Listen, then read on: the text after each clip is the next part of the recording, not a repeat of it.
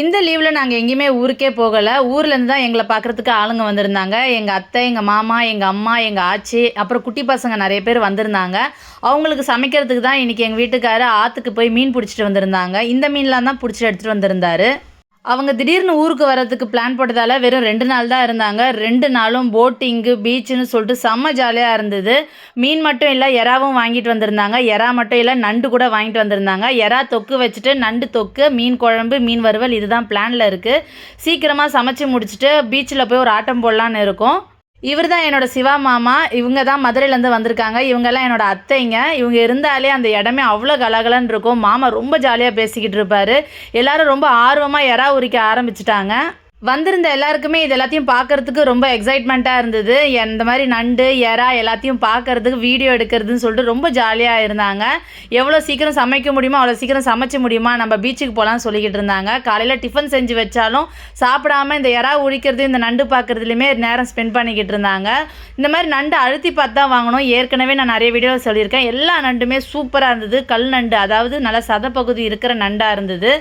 இந்த தடவை எங்களால் தான் எந்த ஊருக்குமே போக முடியாமல் போயிடுச்சு. ஆனால் ஊர்லேருந்து வந்த உடனே அவங்க கூட செம்ம ஜாலியாக டைம் ஸ்பெண்ட் பண்ணோம். 2 நாளும் அவ்வளோ ஜாலியாக இருந்தது. ஏன்டா சீக்கிரம் ஊருக்கு போனாங்கன்ற அளவுக்கு இருந்தது. சின்ன பசங்க நிறைய பேர் வந்திருந்தாங்க. எல்லாருமே செம்ம ஜாலியாக என்ஜாய் பண்ணோம். போட்டிங் போயிட்டு சரியான ஆட்டம் போட்டோம். அடுத்தடுத்த வீடியோவில் எல்லாமே வரும். நான் வேகமாக சமைக்க ஆரம்பிச்சிட்டேன். இறால் எல்லாத்தையும் உரிச்சு கொண்டாந்துட்டாங்க. ஆனால் இன்னும் கழுவலை. இறாலெல்லாம் க்ளீன் பண்ணியாச்சு. இப்போ இது கடகடன் தொக்கு வச்சுட்டு நண்டையும் தொக்கு வைக்கணும். இதோட ஃபுல் வீடியோ போட்டிருக்கேன், கண்டிப்பாக போய் பாருங்கள். கிலோ கொட்டிட்டேன். சரி, அதே கொட்டு.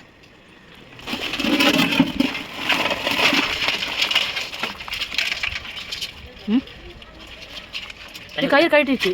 தோ கயிறு இருக்கா? சரி, இங்கே வா.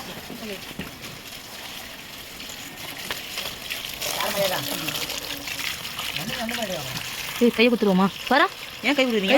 ஒன்று எடு. இருங்க சொன்னாடி ஒரு என்ன பண்ணுவீங்க? விடிஞ்சிரும். கை விடு. இப்படி இப்படி விடுது பார்த்தீங்களா? கை பிடிச்சி பார்த்தீங்களா? ஏன் கையை பிடிக்குது? கையில் பிடிக்கிற மாதிரி இப்படி இப்படி ஏன் பயப்படுறீங்க? கட்டித்தனமா அது பிடிக்குமா? இப்படி பிடிக்குமா? இப்படி இப்படி அப்படி.